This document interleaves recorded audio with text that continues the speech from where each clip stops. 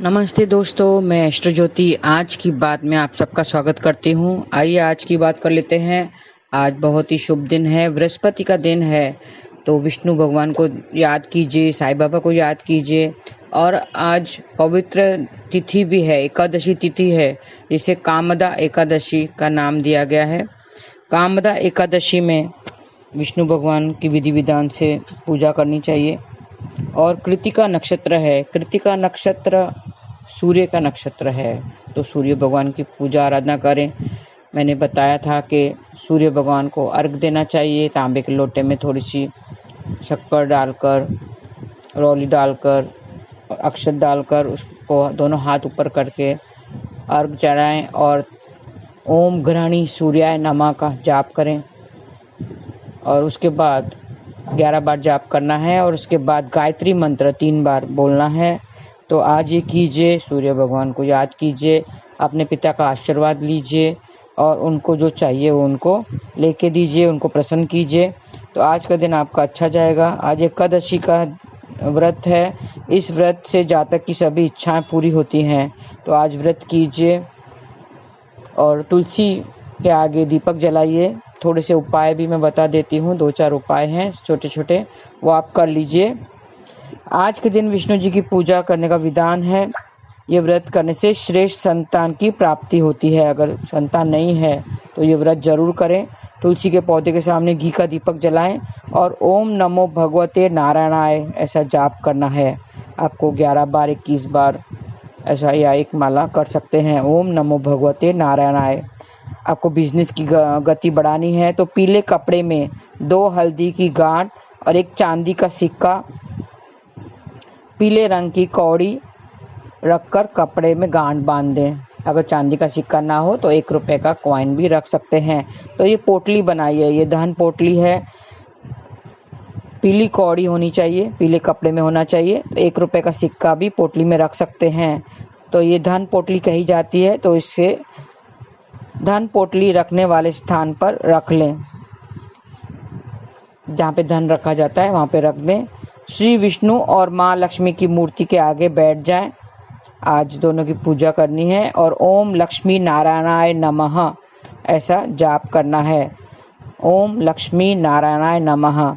और प्रार्थना कीजिए उनसे, जो आपको मन वांछित, मन में जो भी इच्छा है उसको प्रार्थना कीजिए। और शंख में जल भरकर विष्णु भगवान को अर्पित कीजिए। थोड़ा सा जल में गंगा जल भी डाल सकते हैं। तो जल को परिवार के सब सदस्यों में बांट दें, प्रसाद के रूप में उसमें बांट दें। शंख में जल भरकर रखना है और वो फिर सब में बांटना है। भगवान विष्णु की विधि पूर्वक पूजा करनी है आज। और केले के वृक्ष को जल अर्पित करना है। कभी भी विष्णु जी की पूजा करते हैं तो केले के वृक्ष को जरूर पूजते हैं, उससे आपके जो दोष वगैरह हैं वो भी मिट जाते हैं। विष्णु भगवान की पूजा करते हैं। बृहस्पति का अगर प्रबल करना है तो बृहस्पति को राहु केतु से अगर वो पीड़ित है तो केले के पेड़ के जड़ में जल डालें, शुद्ध घी का दीपक जलाएं और सिर झुकाकर वृक्ष को प्रणाम करें। ऐसा करने से आपकी सारी इच्छाएं पूरी होगी। कच्ची मिट्टी के घड़े में गेहूं भरकर ढक्कन लगाएं, घड़े को किसी सुपात्र ब्राह्मण को दान कर दें। और आज पीली मिठाई भी दान कर सकते हैं, भोग लगा के उसको दान कीजिए। पीपल के पेड़ पर 11 बार कच्चा सूत लपेटकर परिक्रमा करें। परिक्रमा करके पीपल के जड़ पे जल अर्पित करें।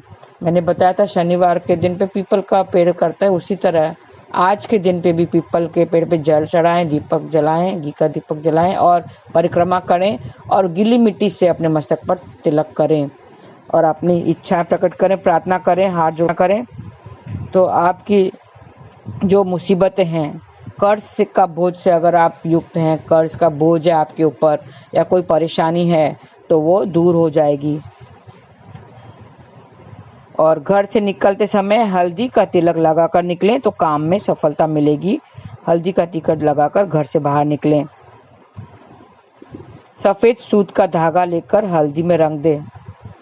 अगर आप कुछ दिन बाद बाहर जाना है, आपको 5-6 दिन में आपको जाना है, तो आज ही कच्चे सूत लेकर उसमें हल्दी से रंग दें और उसमें 7 गांठें लगाएं और अपने पास रख दें। और जब भी बाहर जा रहे हो तो उसको अपने साथ लेकर जाएं। श्री विष्णु के निमित्त कामदा एकादशी का उपवास रखना चाहिए। अगर आर्थिक स्थिति मजबूत करनी है तो आज के दिन पे उपवास रखें तो आपकी आर्थिक स्थिति मजबूत हो जाएगी। पीले रेशमी कपड़े में 7 हल्दी की गांठें बांधें और केले के काम करें तो आपकी इच्छाएं सब पूरी होगी। अगर कैरियर में बढ़ोतरी चाहिए तो पीपल के पत्ते पर हल्दी से स्वास्तिक का चिन्ह बनाएं। ये भी एक अच्छा उपाय है। पीपल का जो पत्ता है उसे तोड़ना नहीं है, याद रखें, उसे तोड़ना नहीं है। जो गिरे हुए रहते हैं वो उठाकर अच्छे से साफ करके धो के साफ कीजिए, पूछकर उस पे हल्दी से स्वास्तिक का चिन्ह बनाएं और ओम नमो भगवते नारायणाय कहते हुए अर्पित कर दें मंदिर में। तो इससे आपके कैरियर में बढ़ोतरी होगी। पीले रंग की मिठाई का भोग लगाएं। उसमें बेसन का लड्डू भी हो सकता है। बेसन को देसी घी में भूनकर पीसी हुई शक्कर मिलाएं और उसका भोग लगा सकते हैं। केसर भी डाल सकते हैं, उसमें लड्डू में केसर डालें। तो इस तरह से बेसन के लड्डू का भी भोग लगा सकते हैं। विष्णु जी के चरणों में लड्डू को अर्पित कीजिए। ओम नमो भगवते नारायणाय का जाप करते रहिए। उस मंत्र ये काफ़ी कारगर है, मंत्र बहुत अच्छा है। आप मंत्र जाप कीजिए, आप संकल्प कीजिए कि आप इतना जाप करेंगे और उतना जाप कीजिए और फिर बाद में संकल्प करने के बाद, मंत्र जाप करने के बाद भगवान को अर्पित किया जाता है, वो समर्पित किया जाता है कि मैंने ये सब आप जो भी कारणवश आपने ये किया है, मंत्र जो भी वजह से ये किया है, और लास्ट में आपको विष्णु भगवान से कहना है कि ये सब मैं इस वजह से कर रही हूँ और ये मैं आपको समर्पित कर रही हूँ।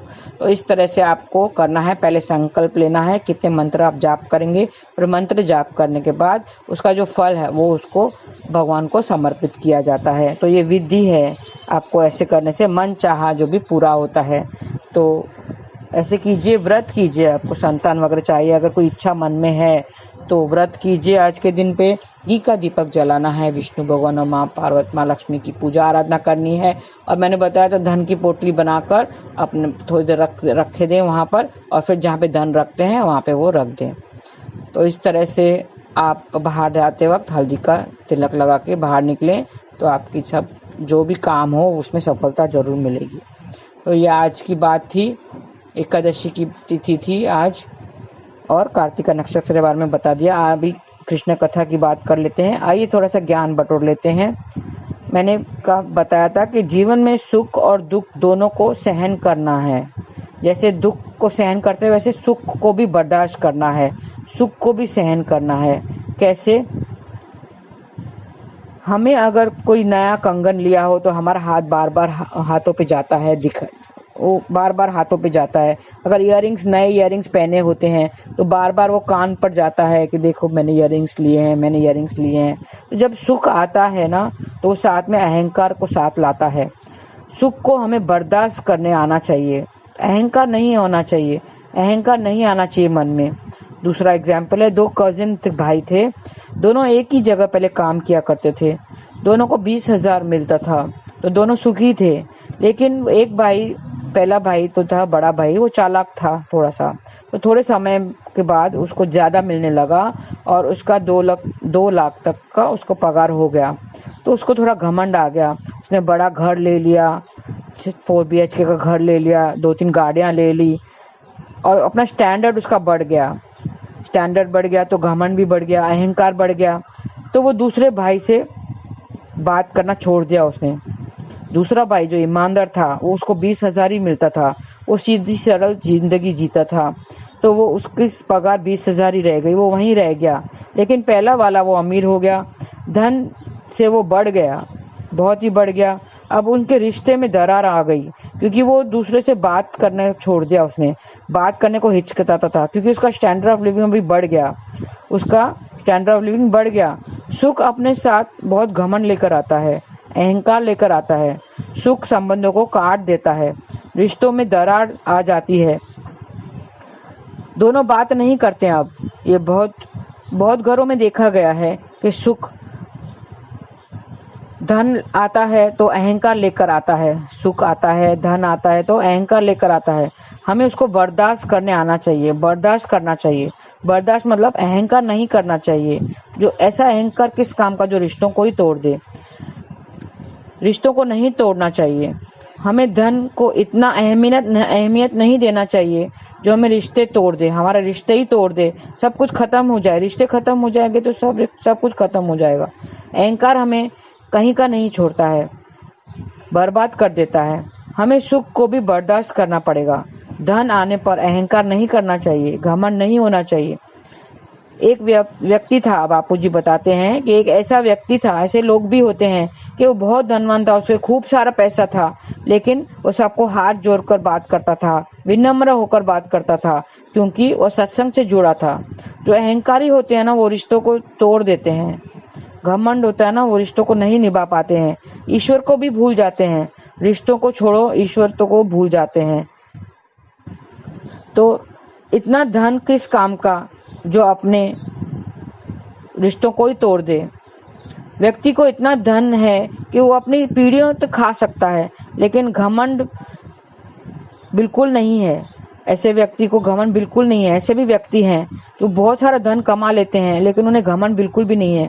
वो ईश्वर को हमेशा धन्यवाद करता है, सुख को सहन करता है। उसने सुख को सहन करना, बर्दाश्त करना सीख लिया है। सुख में घमंड नहीं है, ईश्वर का नाम जाप करता है, हरि नाम से जुड़ा है। इतने भी बड़े मत बनना चाहिए कि आशीर्वाद देने वाला कोई भी न बचे। हमें कहते हैं, हमें इतना बड़ा भी नहीं बनना चाहिए कि हमें आशीर्वाद देने वाला कोई न बचे। दुआएं सबकी लेनी चाहिए, दुआएं कमानी चाहिए। धन तो बहुत कमा लिया, कभी दुआएं कमाई है? दुआएं कमा कर देखो, उसमें ही मजा है, दुआएं ही काम आती है। रावण का एग्जाम्पल ले लो। रावण ने जीवन में बहुत कुछ कमाया, नाम कमाया, दौलत कमाया, लेकिन क्या दुआएं कमाई? नहीं। एक डायलॉग भी सुना होगा आपने कि जूते चप्पल कितने भी महंगे हो, जूते चप्पल कितने भी महंगे हो, लेकिन उसे सिर पर नहीं रखे जाते हैं, पैर में ही आएंगे, वो सिर पर नहीं आएंगे। ऐसे ही हमें जीवन में कितने भी बड़े बन जाएं, लेकिन अहंकार नहीं आना चाहिए। हमें बर्दाश्त करना सीखना चाहिए, ईश्वर के आगे सर झुकाना चाहिए। ईश्वर ही तो है जो हमें पार लगाएगा। ईश्वर के आगे हमारा सर हमेशा झुकना चाहिए, ईश्वर को धन्यवाद करना चाहिए, तो हमारे मन में अहंकार कभी नहीं आएगा। हमें तो एक दिन जाना ही है, और पीछे हमें सब छोड़कर जाना है, पीछे वालों के लिए छोड़कर जाना है। पीछे वाले तो खाएंगे ही ना। ईश्वर के आगे सर तो झुकाना चाहिए, नाम जाप करना चाहिए। हमारे जीवन में अगर सुख आता है, भगवान करे सबके जीवन में सुख आए, बहुत सारा धन मिले, लेकिन वो ईश्वर के साथ शेयर करना चाहिए। भगवान के कितना भी हमें सुख दे, धन दे, लेकिन हमें वो भगवान के साथ शेयर करना चाहिए, तो भगवान को कितना अच्छा लगेगा। ईश्वर के साथ रहो, ईश्वर को साथ रखो, और जो भी धन देता है ईश्वर ही तो देता है, कराने वाला वो ईश्वर ही है। अगर आप नाम से जुड़े हैं तो मतलब आप में ऐसी कोई बात है जो आपने ईश्वर ने आपको अपने पास रखने का सोचा है, ये भी आप उसकी कृपा ही समझो। ये जो हम नाम जाप कर रहे हैं, ये हम कथा सुन रहे हैं, कृष्ण कथा जो सुन रहे हैं, ये भी ईश्वर की कृपा है। हमारे ऊपर कृपा आई है जो हम दूसरों को कृष्ण कथा कह रहे हैं और कृष्ण कथा सुन रहे हैं। ये ईश्वर ही चाहता है कि ईश्वर कथा सुने, तभी तो हम सुन सकते हैं।